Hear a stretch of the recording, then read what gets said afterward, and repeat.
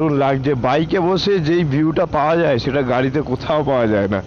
এটা হচ্ছে অরিজিনাল সত্যি।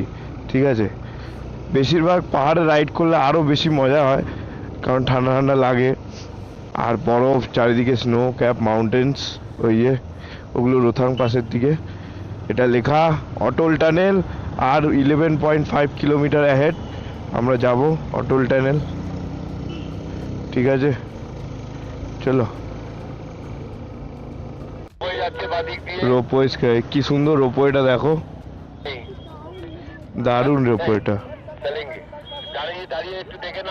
দাঁড়িয়ে দেখে নাও, ওই রোপওয়ে যাওয়া যাবে না, কি সুন্দর লাগছে। প্রশান্ত সামনে দাঁড়িয়েছে, দারুণ। এই যে কথা বলবি তুই?